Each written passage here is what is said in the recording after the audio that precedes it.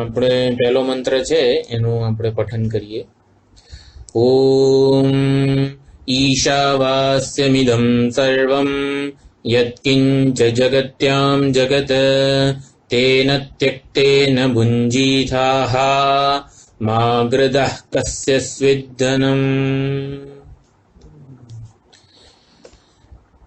ઈશાવાસ્ય ઉપનિષદનો પ્રથમ મંત્ર એષઃ પ્રથમ વેદાર્થ, જે વેદાર્થનો પ્રથમ વેદાર્થ છે. એટલે ભાષ્યકાર મહારાજ જે છે શંકરાચાર્યજી, એ ઈશાવાસ્ય ઉપનિષદ સમગ્ર નામ રૂપાત્મક જગતને ઈશ્વર બુદ્ધિથી ઢાંકવાનું, એટલે કે ઈશ્વર રૂપે એને જાણવાનું, એવી રીતે ઉપદેશ આપે છે. એ ઇતિ એષઃ પ્રથમ વેદાર્થ, એટલે નામ રૂપાત્મક જગતને અસ્થિભાતિ પ્રિય સ્વરૂપે જાણવાનું, અધિષ્ઠાન ચૈતન્ય સ્વરૂપે જાણીએ, અને કાર્યકારણ સંઘાત કે ઉપાધિ છે એને પ્રત્યેગાત્મા કે અવભાસક ચૈતન્ય સ્વરૂપે જાણીએ. આ અવભાસક ચૈતન્ય અને અધિષ્ઠાન ચૈતન્ય બંને એક જ છે. માટે ઈશાવાસ્યમ ઇદમ સર્વમ, એટલે આત્મના ઈશા આત્મ સ્વરૂપ ઈશ્વર વડે આ સમગ્ર જગતને આચ્છાદિત કરવાનું છે. આત્મ સ્વરૂપ ઈશ્વર વડે સમગ્ર નામ રૂપાત્મક જગતને એ સ્વરૂપે જાણવાના છે. આવા જ્ઞાન વડે જ આત્માનમ પાલયેથાહ, આત્મ સ્વરૂપના જ્ઞાનનું પાલન કરવું જોઈએ, રક્ષણ કરવું જોઈએ. નામ રૂપ જે મિથ્યા અધ્યારોપિત છે ચૈતન્ય સ્વરૂપ ઉપર, ઈશ્વર ઉપર, એ મિથ્યા અધ્યારોપનો બાધ કરીએ. મિથ્યાને મિથ્યા રૂપે જાણવા માત્રથી જ મિથ્યાનો ત્યાગ થઈ જાય. આત્માનમ પાલયેથાહ કોઈ વિધિ નથી. જ્ઞાન સ્વરૂપે જે જ્ઞાનનું જે ફળ છે એના લીધે થનારું અનુમોદન કરવામાં આવે છે. જે ઈશ્વર સ્વરૂપના જ્ઞાન વડે સર્વને જાણીશું તો આપોઆપ જે બનવાનું છે મિથ્યાનો ત્યાગ થઈ જશે. એટલે મિથ્યાનો ત્યાગ થવો, મિથ્યાનો બાધ થવો એટલે શું? એના ઉપયોગના સંસ્કારને પણ કાઢવાના છે આપણા મનમાંથી. મિથ્યા વસ્તુ જ ઉપયોગી હોય, સત્ય વસ્તુનો કોઈ વ્યવહારિક ઉપયોગ ના હોય, તો મિથ્યાનો બાધ થાય. એ જ એટલે અહમ અને મમ ભાવ, હું અને મારું જે માલિકી ભાવ છે એનો ત્યાગ, એ ત્યાગનું અભિમાન છોડવાનું છે. ઘડાનો ત્યાગ નથી કરવાનો, ઘડામાં રહેલી આસક્તિનો ત્યાગ કરવાનો છે. એટલે આ આધ્યાત્મિક અર્થ જોયો. પછી આપણે એક ધાર્મિક અર્થ જોતા હતા. ઈશ શબ્દનો શક્યાર્થ. કુલ કોઈ પણ શબ્દ જે છે એના ત્રણ પ્રકારના અર્થ છે: શક્યાર્થ, લક્ષ્યાર્થ અને વ્યંગ્યાર્થ. વ્યંગ્યાર્થ એટલે રામ, કૃષ્ણ, શિવ વગેરે જે વ્યંજન વૃત્તિથી એ સગુણ સહૃદય ભક્ત માટેનું દર્શન છે. સગુણ સાકાર ઈશ્વર, નામ રૂપાત્મક જગતને સગુણ સાકાર ઈશ્વર વડે, પોતાના ઈષ્ટ દેવતા વડે આચ્છાદિત જાણો, ઈષ્ટ દેવતાની જ અભિવ્યક્તિ સ્વરૂપે જાણો. એ એનો વ્યંગ્યાર્થ થયો, વ્યંજન વૃત્તિ થઈ. પછી શક્યાર્થ એટલે સગુણ નિરાકાર સ્વરૂપ. સગુણ નિરાકાર એટલે માયા વિશિષ્ટ ચૈતન્ય, માયોપાધિ ચૈતન્ય, જે સર્વજ્ઞ, સર્વશક્તિમાન છે, કર્માધ્યક્ષ છે, કર્મફળદાતા છે. એના વડે આ ઈશ્વરની વિભૂતિ જ આ જગત રૂપે વ્યક્ત થઈ રહી છે. અંતર્યામી પરમાત્મા જ આ જગતની જે તે વસ્તુની વસ્તુતા છે. જે સાતમા અધ્યાયમાં રસોહમ અપ્સુ કૌંતેય પ્રભાસ્મિ સતિ સૂર્યયોઃ, આ પૃથ્વીમાં અરે જળમાં હું રસ સ્વરૂપે છું, પૃથ્વીમાં હું ધારણ શક્તિ સ્વરૂપે છું, અગ્નિમાં દાહકત્વ પ્રકાશત્વ રૂપે છું, સૂર્ય અને તેજની પ્રભા છું. આમ જળ ચેતન સંપૂર્ણ વસ્તુઓમાં અંતર્યામી પરમેશ્વર જ એના સાચા સ્વરૂપે વ્યક્ત થઈ રહ્યા છે. આવું ઈશ્વર દર્શન છે. સમગ્ર જગત એ નંદનવન છે. અહમ હરિ સર્વમિદમ જનાર્દન. એટલે આવું જોઈએ ત્યારે ઈશ્વરને જ સાચો માલિક ગણીએ, ઈશ્વરને જ સાચા સ્વામી આપણે જાણીએ, સર્વમાં વ્યાપ્ત એવા ઈશ્વરનું દર્શન કરીએ. અને સર્વમાં વ્યાપ્ત એવા ઈશ્વરના દર્શન કરતા કરતા આપણું કર્તવ્ય કર્મ કે વ્યવહાર કરીએ. સંપૂર્ણ ઈશ્વરે પરમાત્માનું જ છે, માટે એને ભેગું કરવાની, ભોગવવાની લાલચમાં નથી પડવાનું. એ તેન ત્યક્તેન ભુંજીથાઃ કીધું. ઈશ્વરાર્પણ બુદ્ધિથી કર્તવ્ય કર્મ કરવાના છે, પ્રસાદ બુદ્ધિથી ફળનો સ્વીકાર કરવાનો છે. હવે આ જે વસ્તુ છે તેને ત્યક્તેન ભુંજીથાહ, એ પ્રહલાદજીએ પોતાની જે સ્તુતિ કરી હતી, ભગવાન પ્રગટ થયા હતા હિરણ્યકશિપુનો વધ કરવા માટે નૃસિંહ ભગવાન સ્વરૂપે, ત્યારે નૃસિંહ ભગવાન આગળ પ્રહલાદજી જે સ્તુતિ કરે છે એમાં એક શ્લોક આવે છે કે ભક્ત જે વસ્તુ ભગવાનને સમર્પિત કરે છે એ હકીકતમાં તો એ ભક્તને પાછી જ મળે છે. એટલે ઈશ્વર છે એ બિંબ સ્વરૂપે છે અને પ્રતિબિંબ આ જીવ છે. આ જે સગુણ સાકાર ભક્ત છે એવી રીતે ભાવના કરે છે. એટલે ઈશ્વર બિંબ છે, ભક્ત પ્રતિબિંબ છે, અને ભક્તની આ જે કાર્યકરણ સંઘાત ઉપાધિ છે જે એ અરીસો છે.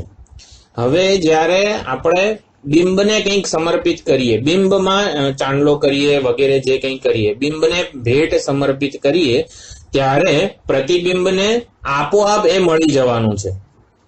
એટલે હંમેશ માટે ભક્તનું એવું જ હોય છે, પોતાની પાસે જે કંઈ પણ છે એ બિંબને સમર્પિત કરે છે. બિંબને સમર્પિત કરવાથી એ ઈશ્વરના પ્રસાદ રૂપે પોતાને જ મળવાનું છે. એટલે જે કંઈ પણ શૃંગાર છે એ બિંબને કરીએ તો પ્રતિબિંબને આપોઆપ મળી જશે. અને જો પ્રતિબિંબને શૃંગાર કરવા જઈએ આપણે તો એ બધું દર્પણને મળે, અરીસાને મળે. દર્પણમાં ચાંદલો કરીએ તો પ્રતિબિંબને મળે. આમ શૃંગાર જે છે પ્રતિબિંબને કરીએ તો આપણી ઉપાધિને જાણે કે મહાન કરવાનો પ્રયત્ન થયો, એ બિંબને નહીં મળે. આપણે અરીસા ઉપર ચાંદલો કરીએ તો એ કઈ બિંબને એનો લાભ નહીં મળે. એટલે જીવને બધું આપીશું, એટલે કે અહંકારને બધું સમર્પિત કરીશું તો ઉપાધિ કે અંતઃકરણ દૂષિત થશે ઉલટાનું. એના કરતા ઈશ્વરને બધું સમર્પિત કરીશું તો અંતઃકરણ શુદ્ધ થશે અને બધું જીવને પ્રસાદ રૂપે મળી જ જશે. આ એક પ્રહલાદ સ્તુતિમાં પણ આ શ્લોક છે. ભક્ત જે વસ્તુ ભગવાનને સમર્પિત કરે છે એ પ્રસાદ રૂપે ભક્તને પાછી મળે છે. એટલે જે ભગવાન છે એક અત્યંત કરુણો વૃણીતે એવો પ્રહલાદજી શબ્દ વાપરે છે. નૈવાત્મન પ્રભુરયમ નિજ લાભ પૂર્ણ. ભગવાન પોતે સંતુષ્ટ છે. આત્મની એવા આત્મના સંતુષ્ટ. ભક્ત પાસે પોતાની ઈચ્છા પૂરી કરાવવાનું, પોતાની સ્તુતિ ને પોતાની મહત્તા પ્રગટ કરવાનું એવું કોઈ ભગવાનને પ્રયોજન નથી. નિજ લાભ પૂર્ણ, પોતાના સ્વરૂપમાં પૂર્ણ છે, સંતુષ્ટ છે. એટલા માટે એ ભક્ત દ્વારા સમર્પિત કરાયેલી ભેટ વગેરે, ભેટ, પ્રાર્થના, પ્રસાદ, નૈવેદ્ય વગેરે ગ્રહણ કરે છે. અને ભગવાન જ્યારે ગ્રહણ કરે ત્યારે આપોઆપ ભક્તને એ પાછું મળે છે. કે જેમ કે બિંબને કરેલા જે શૃંગાર છે એ પ્રતિબિંબને આપોઆપ મળી જાય, એવી જ રીતે. તો આ ઈશાવાસ્ય પ્રથમ મંત્રનો શક્યાર્થ છે. પછી વ્યાવહારિક અર્થ. ઈશ્વર જ સમગ્ર જગતનું સંચાલન કરે છે.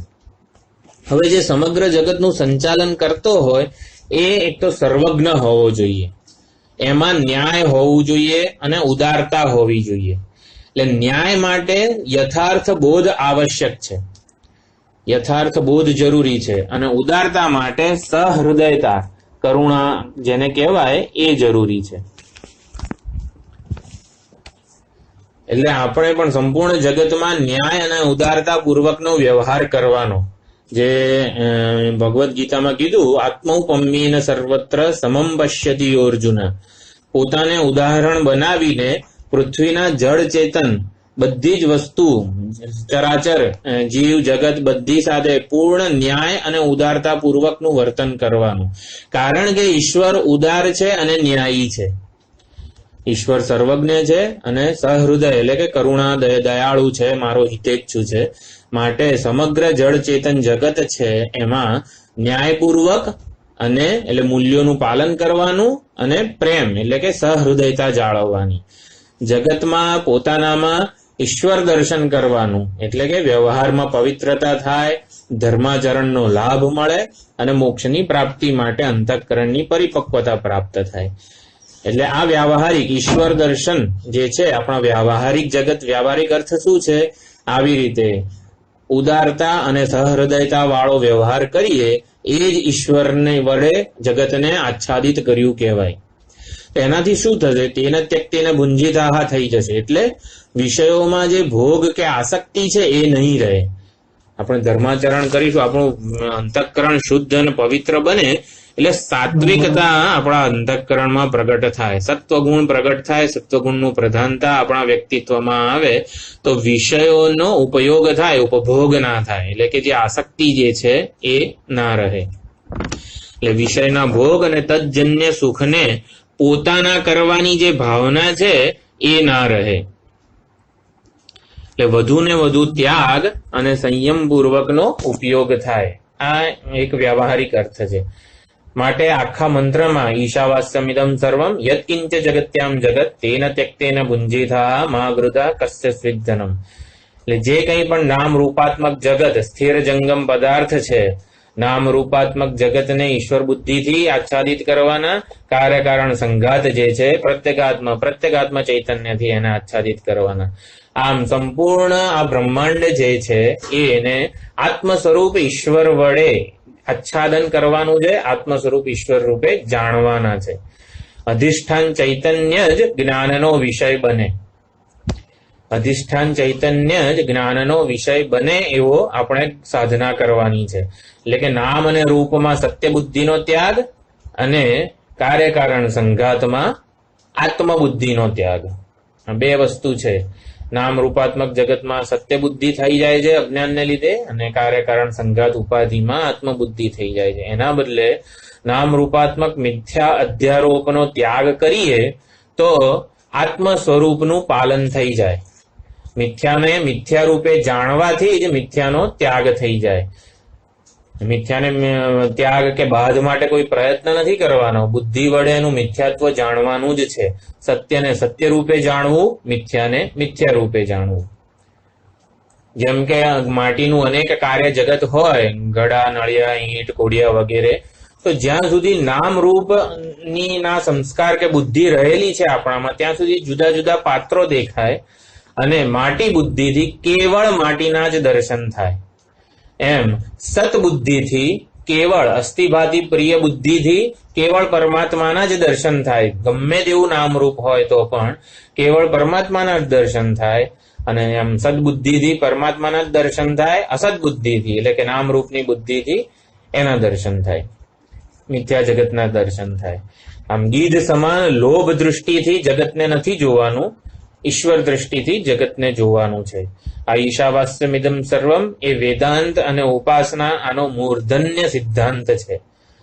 ઈશ્વર વડે જગતને આચ્છાદિત કરવું એ જ નિષ્કામ કર્મયોગ, સમત્વયોગ, ભક્તિયોગ બધાનો આધાર સ્તંભ છે. હવે જે થોડુંક આમાં ભાષ્યકારે ચર્ચા કરેલી છે સંબંધ ભાષ્યમાં, કે ઈશાવાસ્યાદી જે મંત્રો છે, આ 18 મંત્રો, એટલે ઈશાવાસ્ય ઉપનિષદ એ મંત્રોપનિષદ છે. મંત્ર ઉપનિષદ એટલે વેદના સંહિતા વિભાગમાં આવેલું છે. સંહિતા વિભાગ એટલે કર્મકાંડ વિભાગમાં આવેલું છે. માટે કર્મકાંડ વિભાગમાં આવેલું હોવાથી જે કર્મકાંડ પૂર્વ મીમાંસકો અથવા તો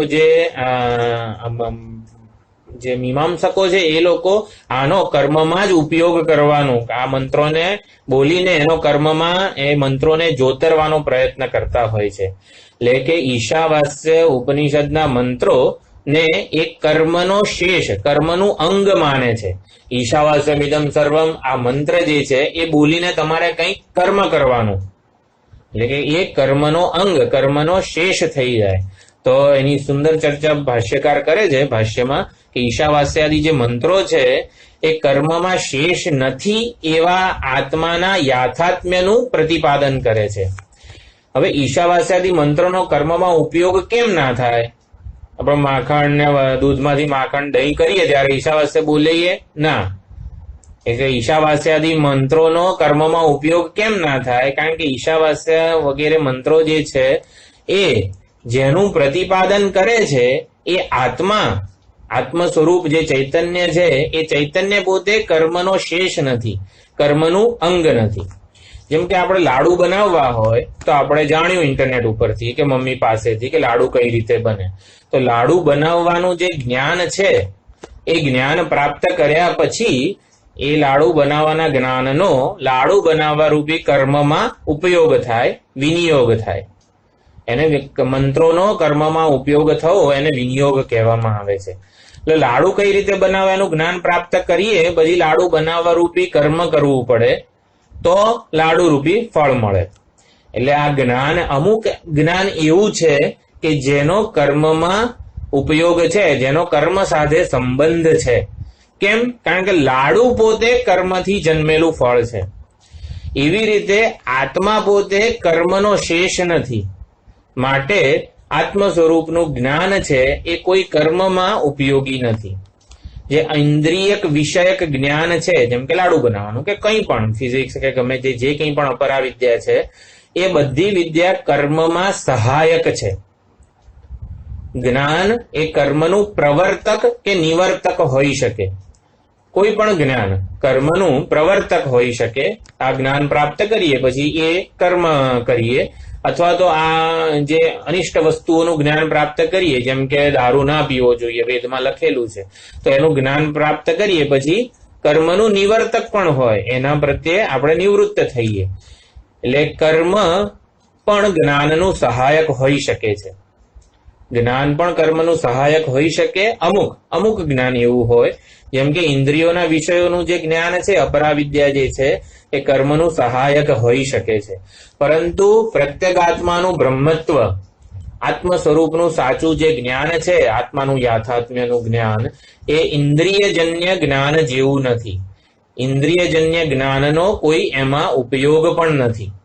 એટલે આત્માના બ્રહ્મત્વનું જ્ઞાન આ ઇન્દ્રિય વિષયક વ્યવહાર કે ઇન્દ્રિય વિષયક જ્ઞાન જેવું નથી.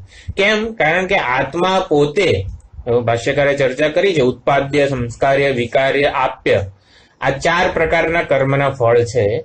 જો આત્મા પોતે આ 4માંથી એક પણ કેટેગરીમાં આવતો હોય તો આત્માનું જ્ઞાન પ્રાપ્ત કરીને એને કર્મ કે ઉપાસનામાં જોતરી શકાય, આત્મા વિષયક મંત્રોને.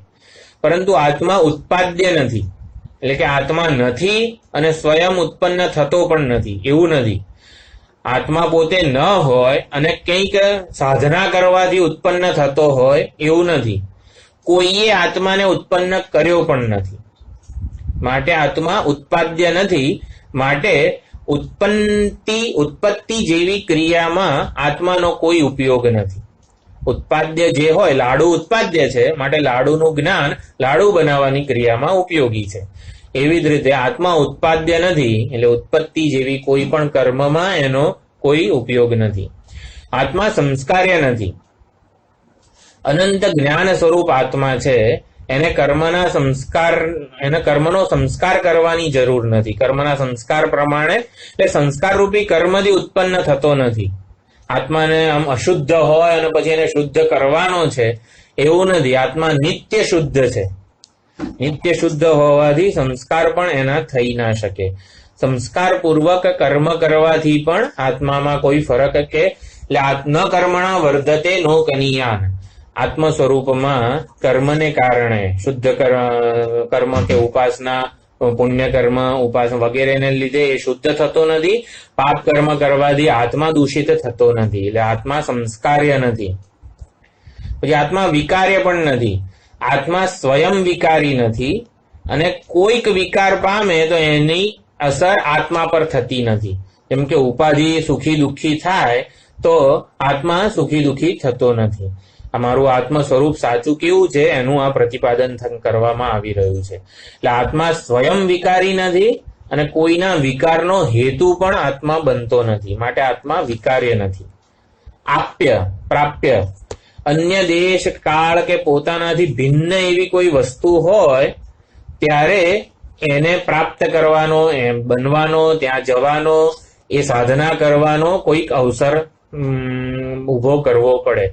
પરંતુ આત્મા નિત્ય પ્રાપ્ત છે. સતત, નિત્ય, નિરંતર, જાગ્રત, સ્વપ્ન, સુષુપ્તિ બધી જ અવસ્થાઓમાં અનાદિકાળથી હું છું, હું ભાસુ છું, હું પ્રિય છું, એ સ્વરૂપે નિત્ય પ્રાપ્ત છે.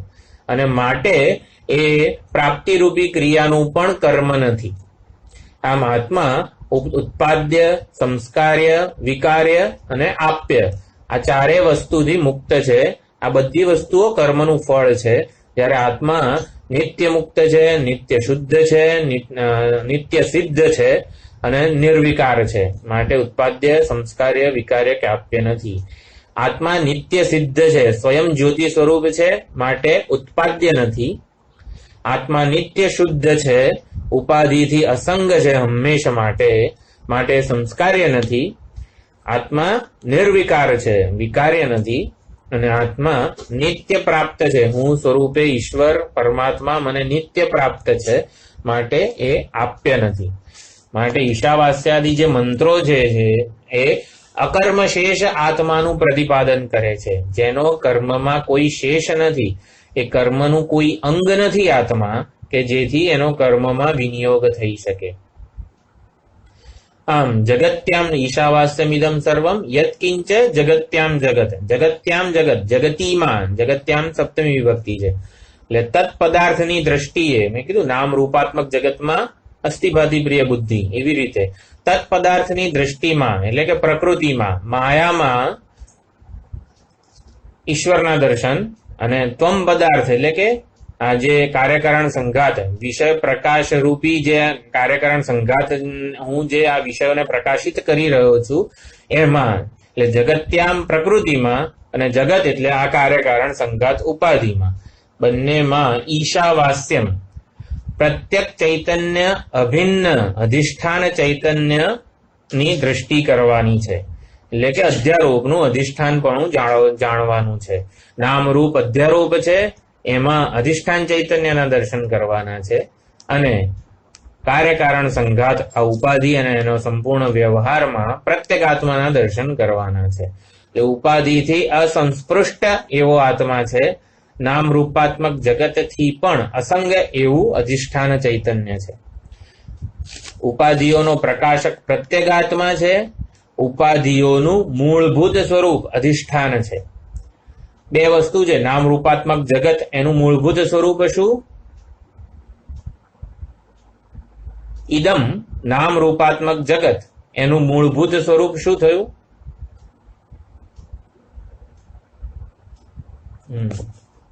બોલો. નામ રૂપાત્મક જગતનું મૂળભૂત સ્વરૂપ, હા,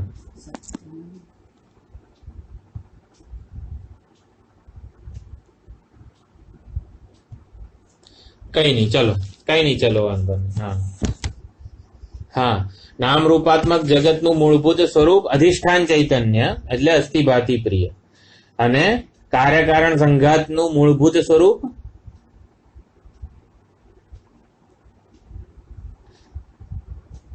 આ ઋષિ રૂપી ઉપાધિનું મૂળભૂત સ્વરૂપ શું કહેવાય? પ્રત્યેગાત્મ ચૈતન્ય. પ્રત્યેગાત્મ ચૈતન્ય કાર્યકારણ સંઘાતનું મૂળભૂત સ્વરૂપ છે. અધિષ્ઠાન ચૈતન્ય બ્રહ્મ નિર્વિશેષ પરમાત્મા નામ રૂપાત્મક જગતનું મૂળભૂત સ્વરૂપ છે. એટલે જે ઉપાધિનો પ્રકાશક પ્રત્યેગાત્મા છે એ જ ઉપાધિનું મૂળભૂત સ્વરૂપ અધિષ્ઠાન ચૈતન્ય છે. આ નિત્ય સિદ્ધ ઐક્ય રહેલું છે બંનેમાં. અધિષ્ઠાન ચૈતન્ય એ જ પ્રત્યેગાત્મ ચૈતન્ય છે. આમ પ્રત્યેક અભિન્ન નિર્વિશેષ ચૈતન્યથી ઉપાધિને બાધિત કરો. તો સોનાના દર્શન કરવા હોય, મને નામ રૂપનો બાધ કરવો હોય તો શું જોઈએ? મને સુવર્ણના અનેક અલંકારો છે, મારે અલંકારોના નામ રૂપનો બાધ કરવો છે, તો એનું મૂળભૂત સારભૂત ઉપાદાન કારણ જે છે એના દર્શન કરવાથી નામ રૂપનો બાધ થઈ જાય. સત્યના સત્ય રૂપે દર્શન કરીએ, મિથ્યાના મિથ્યા રૂપે દર્શન કરીએ. જે કરોડપતિ અભિનેતા છે એ ભિખારી રૂપે નાટકમાં આવતો હોય, ફિલ્મમાં આવતો હોય, મારે સાચાના દર્શન કરવા હોય તો ઉપાદાન કે એનું મૂળભૂત સ્વરૂપ છે શું? અભિનેતા. અભિનેતાના જ્ઞાન વડે ભિખારીનું મિથ્યાત્વ જાણવાનું છે. તેના ત્યક્તેન ભુંજીથાહામાં કેવું છે? ઈશ્વર સ્વરૂપ ઈશ્વર રૂપે જાણીશું. કેવો ઈશ્વર? પ્રત્યેક અભિન્ન બ્રહ્મ, એટલે અધિષ્ઠાન ચૈતન્ય અને પ્રત્યેગાત્મ ચૈતન્ય બંને એક જ છે એવા આત્મ સ્વરૂપ ઈશ્વર વડે નામ રૂપાત્મક જગત અને કાર્યકારણ સંઘાત ઉપાધિને જાણીએ ત્યારે તેના ત્યક્તેન થઈ જાય. એટલે નામ રૂપનું મિથ્યાત્વ સાબિત થઈ જાય, મિથ્યાત્વ જણાઈ જાય. અને ભુંજીથાહા એટલે કે આત્મ સ્વરૂપનું પાલન થઈ જાય. આત્માનું ને સાચું સ્વરૂપ છે એ ઉપાધિથી અસંસ્પૃષ્ટ એવું આત્માનું સાચું સ્વરૂપ છે. ઉપાધિના કોઈ પણ ધર્મો, ઉપાધિની કોઈ પણ અસર આત્મા પર હકીકતમાં થતી નથી. એ જ્ઞાનથી આત્માનું પાલન કરવાનું છે. કે નિત્ય કૂટસ્થ ચૈતન્ય, પ્રત્યેગાત્મ ચૈતન્યને જ કૂટસ્થ ચૈતન્ય કહેવામાં આવે છે. ઉપાધિના એક પણ ધર્મો કે ગુણ એમાં રહેલા નથી. એટલે અધિષ્ઠાન ચૈતન્ય એ જ નિત્ય કૂટસ્થ ચૈતન્ય છે. એ પ્રથમ વેદાર્થ છે એવું શંકરાચાર્યજી લખે છે. ઈશાવાસ્યમિદં સર્વમ યત્કિંચ જગત્યામ જગત ઇત્યેષ પ્રથમ વેદાર્થ.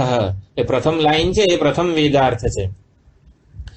પછી ત્રીજું ચરણ, આત્મજ્ઞાન ઉપલબ્ધ થાય, આત્મજ્ઞાન પ્રાપ્ત થઈ જાય, આત્માના સાચા સ્વરૂપનું, આત્માના યાથાત્મ્યનું જ્ઞાન થાય, ત્યારે જ્ઞાનીનું જીવન કેવું હોય? તો તેન ત્યક્તેન ભુંજીથાહા, જે ત્રીજું ચરણ છે એના જેવું હોય. તો જ્ઞાની કેવી રીતે જીવન જીવે છે? અનાત્મામાં આત્મબુદ્ધિનો ત્યાગ કરે છે અને નામ રૂપાત્મક જગતમાં સત્ય બુદ્ધિનો ત્યાગ કરે છે. આવા ત્યાગ પૂર્વકનું જ્ઞાની જીવન જીવતો હોય છે. એ જ આત્માના બ્રહ્મત્વના જ્ઞાન વડે એ આત્મ સ્વરૂપનું પાલન કરે છે. આ દ્વિતીય વેદાર્થ છે. તેના ત્યક્તેન ભુંજીથાહા એટલે નામ રૂપ મિથ્યાને મિથ્યા રૂપે જાણવાનું, સત્યને સત્ય રૂપે જાણવાનું. એનાથી આત્મ સ્વરૂપનું પાલન થાય, રક્ષણ થાય. આત્માને અનાત્મા જોડે ભેગો થતો એટલે કે ઉપાધિના ધર્મોથી આક્રાંત ન થવા દેવું, એ જ આત્મ સ્વરૂપનું પાલન છે. એ દ્વિતીય વેદાર્થ છે. એટલે કે નામ રૂપમાં કે અને કાર્યકારણ સંઘાતમાં જે આધ્યાસિક તાદાત્મ્ય થઈ જાય છે એના ત્યાગ વડે આત્મ સ્વરૂપનું રક્ષણ કરવાનું છે. પછી મા ગૃદઃ કસ્યસ્વિત ધનમ, ધનનો લોભ ન કરો. ધન કોનું છે? ધન કસ્યસ્વિત ધનમ, ધન કોનું છે એવો આક્ષેપ કરવામાં આવે છે. એટલે કે ધન કોઈનું નથી, એનો જવાબ એ છે. બધું ધન કે સંપત્તિ કે જે કંઈ પણ છે જગત, એ ઈશ્વરથી અભિન્ન છે. ઈશ્વર જ એનો સ્વામી છે. માટે પોતાના કે કોઈના પરાયાના ધનની લાલચ ન કરો. પોતાના ધનની લાલચ કરવામાં શું વાંધો છે? કે ના, તમારી પાસે, આપણી પાસે પોતાનું જે ધન છે, પરસેવાથી આમ કરીને કમાયેલું જે ધન છે એ પણ ઈશ્વરનું જ છે. જેના પર કોઈનો અધિકાર હોય કે ન હોય એનો લોભ ન કરો. પોતાના હકનું જે ધન છે એમાં સંતુષ્ટ રહેવાની વાત છે. આ જ્ઞાનીની નિયમ વિધિ છે. પોતાની પાસે પ્રારબ્ધ અનુસાર જે કંઈ પણ આવે એમાં સંતુષ્ટ રહેવાનું. સંપૂર્ણ દેશકાળ વસ્તુ અને કાર્યકારણાત્મક સમષ્ટિ ના મૂળમાં બુદ્ધિને પ્રવિષ્ટ કરો. એટલે કે મિથ્યાને મિથ્યા રૂપે જાણો, સત્યને સત્ય રૂપે જાણો. નામ રૂપમાં આપણી બુદ્ધિને અટકવા નહીં દેવાની. નામ રૂપ મહત્વના ન બનવા જોઈએ આપણા શરીર, આપણી દ્રષ્ટિમાં. એટલે નામ રૂપની પ્રતીતિમાં પણ ઈશ્વરની જ દ્રષ્ટિ કરો. ઘડો, ઈંટ, નળિયા, કોડિયા વગેરેમાં પણ માટી બુદ્ધિથી જ બધાને જાણો. એટલે પ્રત્યેક નામ રૂપ અને ભેદભાવ, દ્વૈત જ્યાં જણાય છે એ ઈશ્વર રૂપી અધિષ્ઠાનમાં એનો સંપૂર્ણ અભાવ છે. સર્પ, પછી દંડ, માળા, ભૂછિદ્ર વગેરે અનેક વિકલ્પો જ્યાં જણાય છે, ક્યાં જણાય છે? રજ્જુમાં. રજ્જુમાં આ બધાનો અત્યંત અભાવ છે. એવી જ રીતે આ નામ રૂપ, દ્વૈત, ઉપાધિ, આ બધા કાર્યકારણ સંઘાત ઉપાધિ જ્યાં જણાય છે એ આત્મ સ્વરૂપ ઈશ્વરમાં આ બધાનો ત્રૈકાલિક બાધ છે, અત્યંત અસત જ છે. જ્યાં જણાય છે એવા અધિષ્ઠાનમાં જ એ લોકો નથી. એટલે સર્વનું અધિષ્ઠાન હોવાથી બ્રહ્મ ઈશ્વર અદ્વિતીય છે અને એ જ સાક્ષી છે. સાક્ષી હોવાથી ચિત્ત છે, સર્વનું અધિષ્ઠાન હોવાથી સત છે. આમ અસંગ અને નિર્દોષ આ ઈશ્વર દર્શન છે. જ્યાં સુધી આ કાર્યકારણ સંઘાત રૂપી ઉપાધિમાં આત્મબુદ્ધિ છે, એટલે કે અભિમાન રહેલું છે કે આ હું છું અને આ મારું આટલું સામર્થ્ય છે, ત્યાં સુધી આ ઈશ્વર તત્વનો બોધ, ઈશ્વર તત્વનું જ્ઞાન સમષ્ટિ એટલે કલ્પિત વ્યષ્ટિ પણ કલ્પિત જ છે. કલ્પિત વ્યષ્ટિમાં જ્યાં સુધી અભિમાન છે કે ના આટલું તો હું છું, આટલું તો મારું છે, એવી કલ્પિત વ્યષ્ટિમાં જ્યાં સુધી અભિમાન છે ત્યાં સુધી સમષ્ટિ પણ વ્યષ્ટિ અને સમષ્ટિનો ભેદ પણ આ ઉપાધિને હું માનવાથી જ છે. સમષ્ટિ પણ એટલી જ કલ્પિત છે જેટલી વ્યષ્ટિ કલ્પિત છે. એટલે સમષ્ટિમાં ઈશ્વરનું જ્ઞાન જરૂરી છે.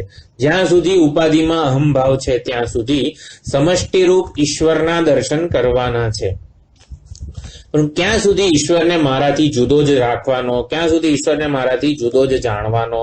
એટલે વ્યષ્ટિ અને સમષ્ટિના ભેદ પણ આ ઉપાધિને લીધે જ અનુભવાઈ રહ્યા છે.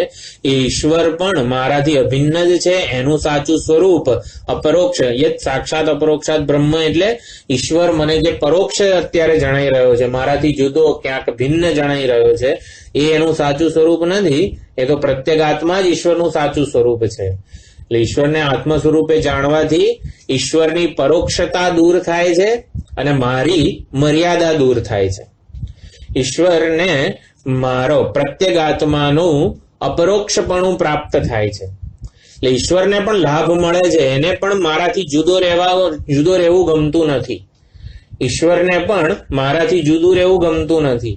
માટે આપણે પણ એવો પ્રયત્ન કરવાનો કે પ્રત્યેક અભિન્ન ચૈતન્ય સ્વરૂપે જ ઈશ્વરના દર્શન કરવાના. એટલે ઈશ્વરને પ્રત્યેગાત્મા સ્વરૂપે જાણીશું શું તો ઈશ્વરને અપરોક્ષપણાનો લાભ મળશે. એટલે ઈશ્વરને પણ લાભ જ છે આ દર્શનમાં. અને મને શું થશે, મારી મર્યાદિત પરિચ્છિન્નતા દૂર થશે. મને ઈશ્વરની અપરિચ્છિન્નતા, પૂર્ણતા, અનંતતા પ્રાપ્ત થશે. એટલે આત્મ સ્વરૂપ ઈશ્વર વડે સંપૂર્ણ નામ રૂપાત્મક જગત અને કાર્યકારણ સંઘાતને ઢાંકવાના છે. એના કાર્યકારણ સંઘાત એ રૂપે જાણવાના છે. એટલે ઈશ્વરથી ડરવાનું નથી, સમષ્ટિ રૂપ ઈશ્વરથી ડરવાનું નથી. હા, ઈશ્વરથી ડરીને આપણે આપણો જીવન વ્યવહાર કરીએ એવું નહીં, પણ ઈશ્વરને પ્રેમ કરવાનો છે, વહાલ કરવાનું છે. એટલે પ્રેમથી સ્વીકારેલું બંધન છે. સમષ્ટિ ઈશ્વરની જે સગુણ નિરાકાર માયોપાધિ જે કલ્પના છે, માયોપાધિક ઈશ્વર રૂપે, એ પ્રેમથી સ્વીકારેલું જીવનું બંધન છે. એમાં પરાધીનતા નથી, સ્વાધીનતાથી સ્વીકારેલું ધર્મનું બંધન છે. ઈશ્વરને મારાથી જુદો જાણીને પણ આરાધના કે ઉપાસના કરું એ પરાધીનતા નથી. હું મારી દીનતાનો સ્વીકાર કરું, મારી નમ્રતાનો સ્વીકાર કરું, એમાં પણ મીઠાશ છે. ઈશ્વર મારો શુભેચ્છક છે, હિતેચ્છુ છે, મારું રક્ષણ કરશે એવું સુરક્ષાનું આશ્વાસન પણ છે. અને એ પરમ સ્વાતંત્ર્ય સુધી લઈ જનારું છે. ઈશ્વર સત્ય વસ્તુ છે અને માટે સત્યનું ગ્રહણ ક્યારેય બંધન ઉત્પન્ન ના કરે. સત્યનો સ્વીકાર ક્યારેય બંધન ઉત્પન્ન ના કરે. એટલે નામ રૂપાત્મક જગત જે મિથ્યા છે એ અજ્ઞાન જનિત આસક્તિ કે બંધનને દૂર કરવા માટે જ આ ઈશ્વર વડે ઢાંકવાનું છે.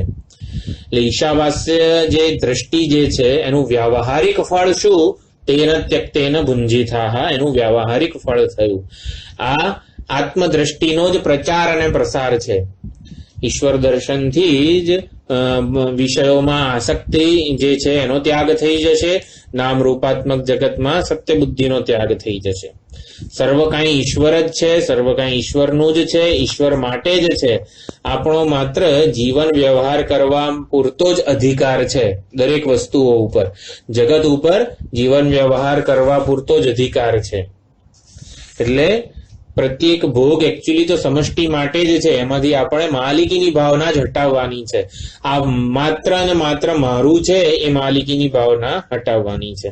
આ દ્વિતીય વ્યવહારિક ફળ, મા ગૃધઃ કસ્યસ્વિત ધનમ, ઈશ્વર દર્શનનું બીજું વ્યવહારિક ફળ કયું, મા ગૃધઃ કસ્યસ્વિત ધનમ. આપણી માલિકીની ભાવના, વિષયો માટે પોતાના કર્મથી અર્જિત જે ભોગો છે એમાં પણ માલિકીની ભાવનાનો ત્યાગ થાય છે. આમ પહેલું ચરણ જે છે એ ઈશ્વર દ્રષ્ટિ છે. ત્રીજું અને ચોથું ચરણ એ વૃત્તિ કે વ્યવહાર છે. ઈશ્વર તત્વનું જ્ઞાન પ્રાપ્ત કરીએ તો કેવો વ્યવહાર થાય, તો ત્રીજા અને ચોથા ચરણમાં ત્યાગ પ્રધાન સંસ્કૃતિનું, આ વ્યવહારનું, ત્યાગ પ્રધાન વ્યવહારનું સુંદર ઉદ્ઘાટન આમાં કરેલું છે.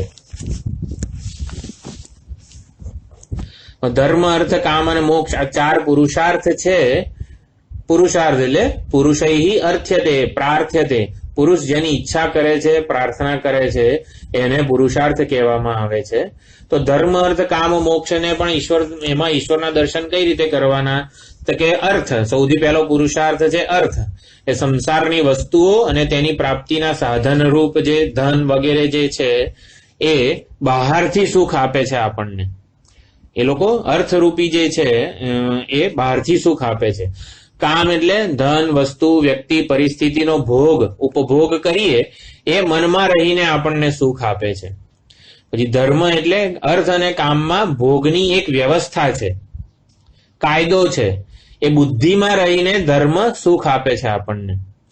અર્થ છે બહાર રહીને સુખ આપે, કામ મનમાં રહીને સુખ આપે, કામ પુરુષાર્થ.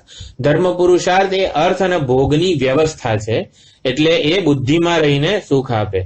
અને મોક્ષ છે એ સર્વ પરિચ્છિન્નતા મર્યાદામાંથી મુક્તિ છે.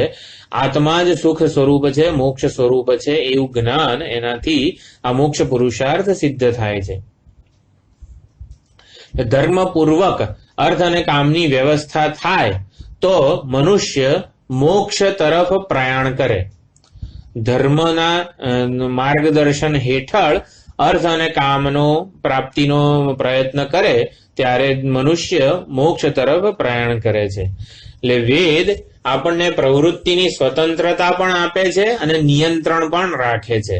આ વેદ છે, સમગ્ર વેદ એ પ્રવૃત્તિની સ્વતંત્રતા આપે છે ખરું, પસંદગીની સ્વતંત્રતા આપે છે ખરી, પરંતુ એ સ્વતંત્રતામાં પણ નિયંત્રણ રાખે છે, એનું નિયમન કરે છે કે અમુક રીતે ધર્મના પાલન પૂર્વક, મૂલ્યોના પાલન પૂર્વક જ આપણે આ અર્થ અને કામની વ્યવસ્થાનો લાભ ઉઠાવવાનો છે. અને નિવૃત્તિની સ્વતંત્રતા પણ આપે છે, પરંતુ અકર્મનો પોષક નથી.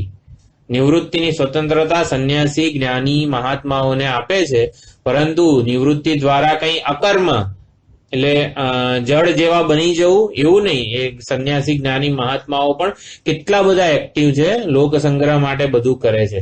એટલે વેદ નિવૃત્તિના વિધાન દ્વારા અકર્મનો પોષક નથી, પ્રવૃત્તિની સ્વતંત્રતા આપીને પણ નિયંત્રણ રાખે છે, સ્વચ્છંદ બનાવતું નથી. એટલે ઈશ્વર દર્શનનો બોધ પ્રાપ્ત થાય, એનાથી આ વિશ્વમાં જે સહજ પ્રવૃત્તિઓ, સ્વાભાવિક પ્રવૃત્તિઓ કેવી હતી?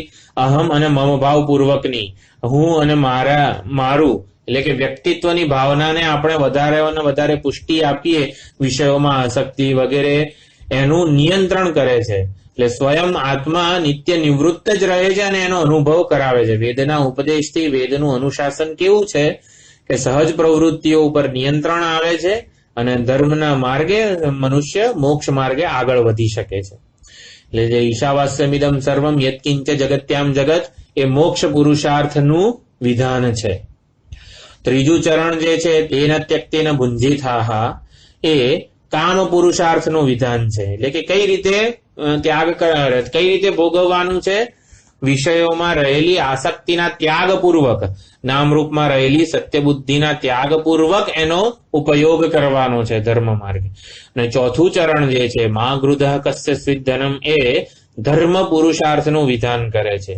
મૂલ્યોના પાલન પૂર્વક જે કંઈ છે ઈશ્વરની માલિકીનું જ છે, હું તો માત્ર એનો વ્યવસ્થાપક કે ટ્રસ્ટી છું એવી ભાવના પૂર્વક.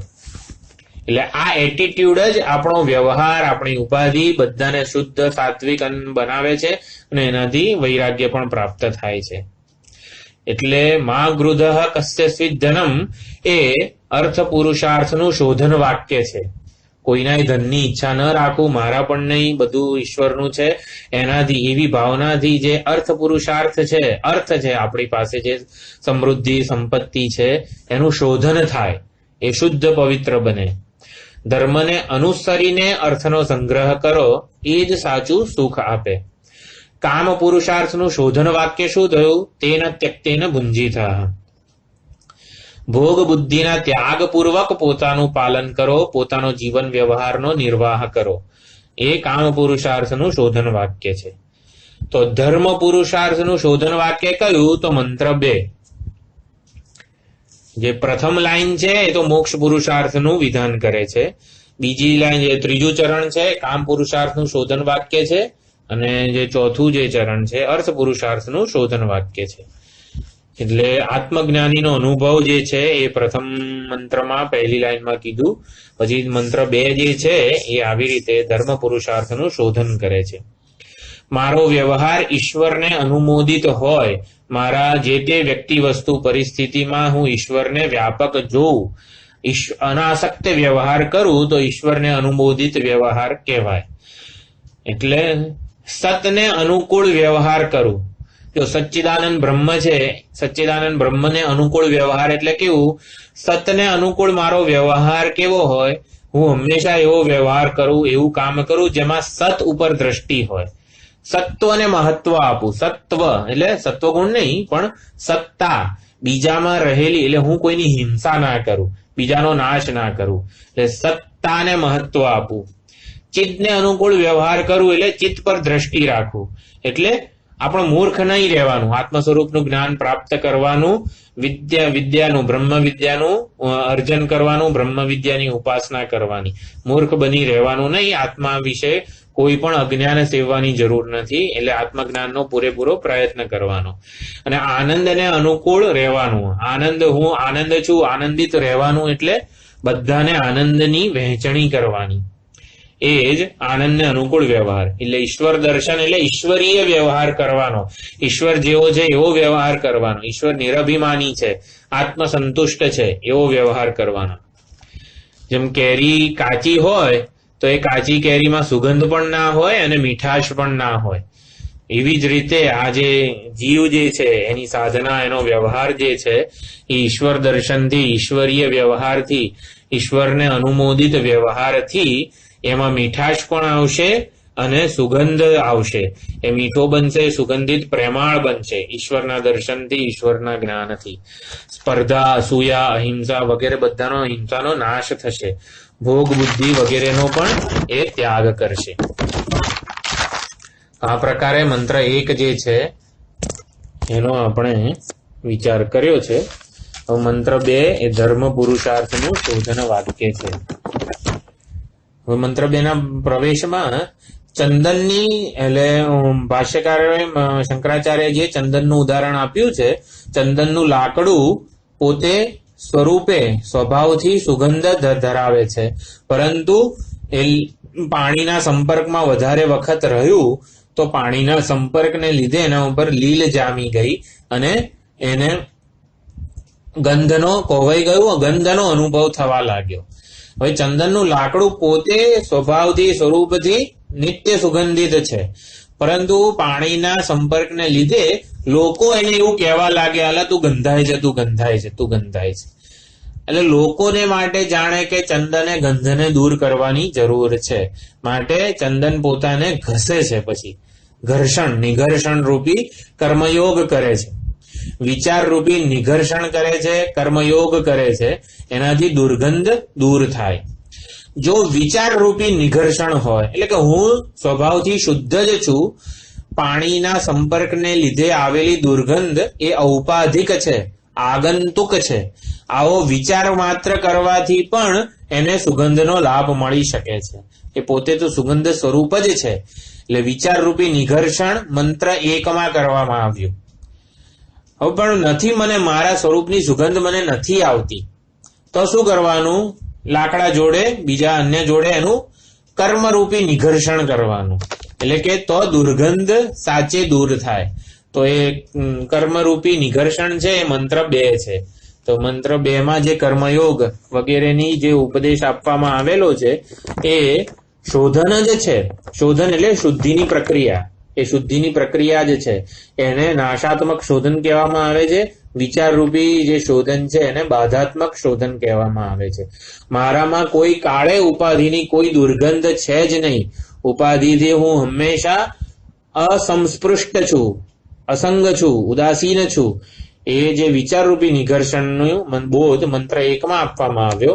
કર્મરૂપી, કર્મયોગ રૂપી જે નિઘર્ષણ છે એનાથી ઉપાધિની ઔપાધિક દુર્ગંધ, સાચી દુર્ગંધ નહીં, ઉપાધિની આગંતુક કે ઔપાધિક દુર્ગંધ દૂર કરવામાં આવે છે.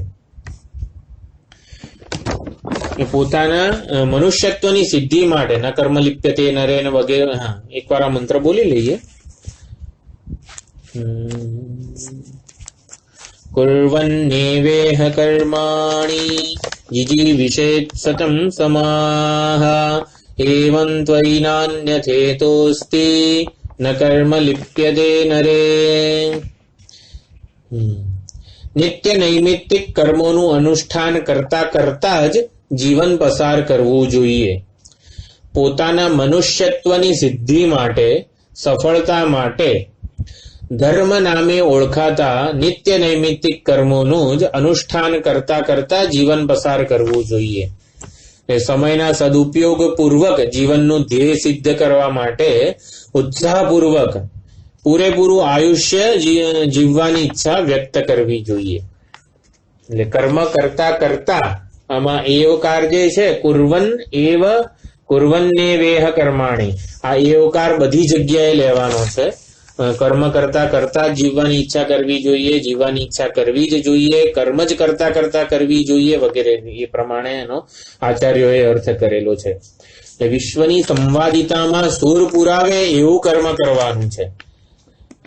નિત્ય નૈમિત્તિક જે છે, મૂલ્યોના પાલન પૂર્વક ધર્મ પુરુષાર્થ, વિશ્વની સંવાદિતામાં હું કંઈક મારો ફાળો આપું, યજ્ઞ ભાવે પોતાના કર્તવ્ય કર્મ કરું, એવું કર્મ કરવાનું છે. કોઈને અવરોધ આવે, કોઈને આડે આવે એવું કર્મ નથી કરવાનું.